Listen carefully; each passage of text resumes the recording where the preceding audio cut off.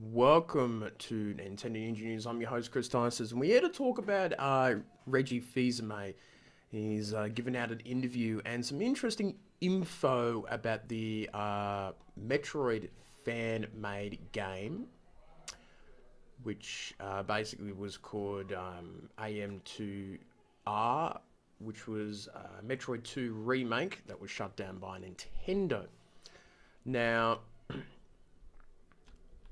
I'm going to read the statement that he did to the interview. And this is what he has to say.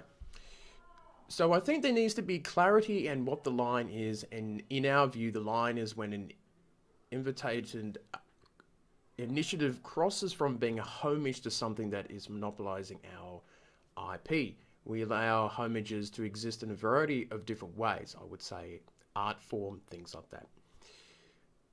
And for me personally, as a fan, before I was executive, I understand the attraction that you could have to our IP. But when it transitions to something that now you're trying to monopolize, or you're trying to sell, you're trying to profit off, that is what breaches or breaks through that line for us, where we have to claim our IP protection.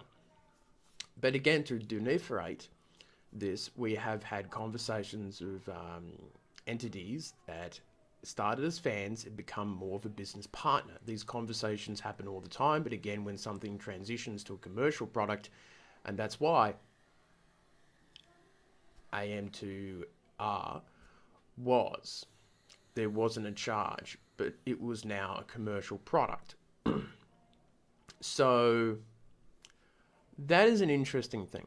So he goes on to say, Mr. Sakamoto, who created Metroid and Nintendo controlled that intelligent property so that we can drive where it's going versus someone else driving where it is. So it's driving that direction.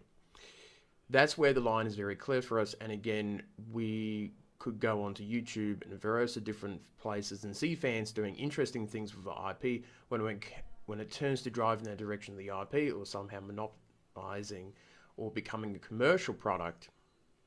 That's where for us the line is being drawn. So the interesting thing about it is I see from a different few points of view. I think the statement is a little bit odd, and I can understand it from a few points of view. From the fan base, the product is not making money. It was released for free, so there wasn't really much of an issue in that. So they weren't making money out of it. However, because Nintendo was remaking Metroid 2 themselves, it could have eaten into the sales of that 3DS title that they're going to put out in September.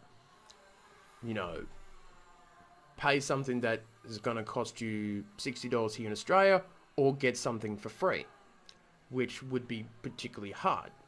Let's just say that I was writing the next book in my series, because I'm a writer, and it would cost you $20, $30 to buy the book, but someone else is doing a fan fiction of that particular writing series, and they're giving it out for free, which would make things hard for myself as a writer. So I can understand that point of view. Now, they have shut down a lot of projects, which I think is unfair, and it doesn't really make any money. So I'm seeing it from 2 points of view. I think the explanation is sort of understandable from a business point of view, but I think there's been a lot of cases where some fan projects really shouldn't be shut down, and it's not going to harm Nintendo's bottom line. And I think the reason why it was remade is because Metroid has been a series in the past 10 years where it's been in limbo. No one really knew what was going on with it, and Nintendo has been very quiet about the series for a long time. Apart from Metroid Other M and Federation Force, which were games that people did not really want, that is where the conversation and that's where the debate is.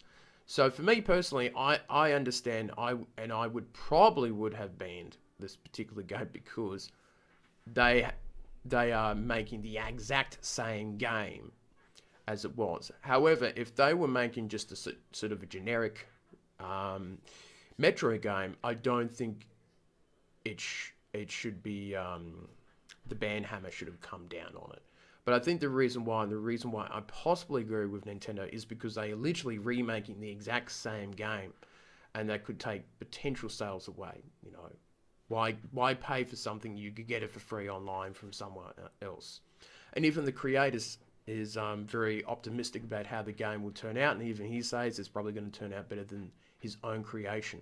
So a big thumbs up to him for seeing for what it is.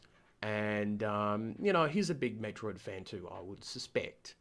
So I think that most Metroid fans are now very happy since E3, so seeming that there is now some clarity and an actual future in the series itself.